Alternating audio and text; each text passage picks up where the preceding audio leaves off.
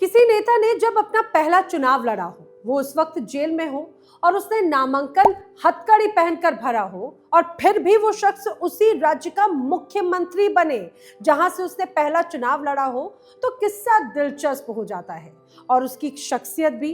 जी, ये किस्सा है बिहार की राजनीति के सबसे चर्चित और कद्दावर लोगों में से एक लालू प्रसाद यादव का। नमस्कार, मैं हूं आपके साथ नैना और आप देख रहे हैं द किस्सा।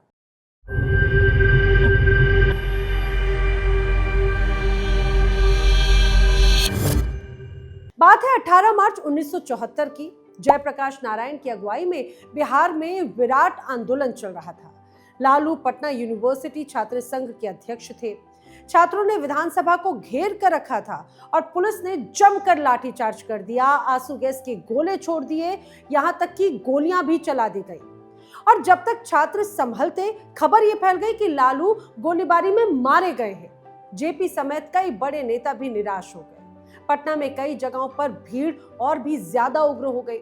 खैर, लालू जीवित थे और उन्होंने अपने एक भाई के जरिए घर पर खबर भिजवाई कि वो मरे नहीं हैं। लेकिन 4 दिनों के बाद में उनके मरने की अफवाह फैल गई। आखिरकार 4 दिनों के बाद वो गिरफ्तार हो गए और बांकीपुर सेंट्रल जेल भेज दिए गए।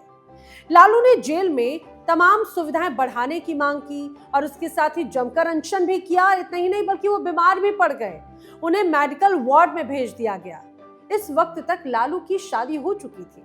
लालू के दोस्तों ने कुछ ऐसी जुगाड़ की कि यदा कदा राबड़ी देवी और उनके अकेले में मुलाकात करा दी जाए। खैर, लालू जेल में ही थे। एक दिन मीसा के जन्म की सूचना मिली। लालू पेरोल पर बाहर आए और जेपी ने उनसे कहा कि भाई, तुम्हारी गिरफ्तारी मीसा कानून के तहत हुई है, तो नवजात बेटी का नाम क्यों ना मीसा ही रख दिया जाए। तो बस लालू की सबसे बड़ी बेटी का नाम मीसा भारती पड़ गया। अब इस बीच इमरजेंसी लगी और इमरजेंसी खत्म भी हो गई। लालू यादव जेल में ही थे।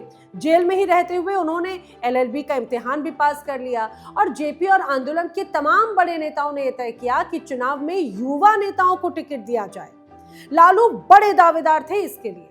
बिहार में उनकी लोकप्रियता युवाओं के सर चढ़कर बोलती थी। हालांकि कुछ नेता जरूर उन्हें टिकट दिए जाने के विरोध में थे, लेकिन जेपी उनके पक्ष में बैटिंग कर रहे थे और आखिरकार देखिए, उन्हें छपरा से लोकसभा का टिकट मिल गया।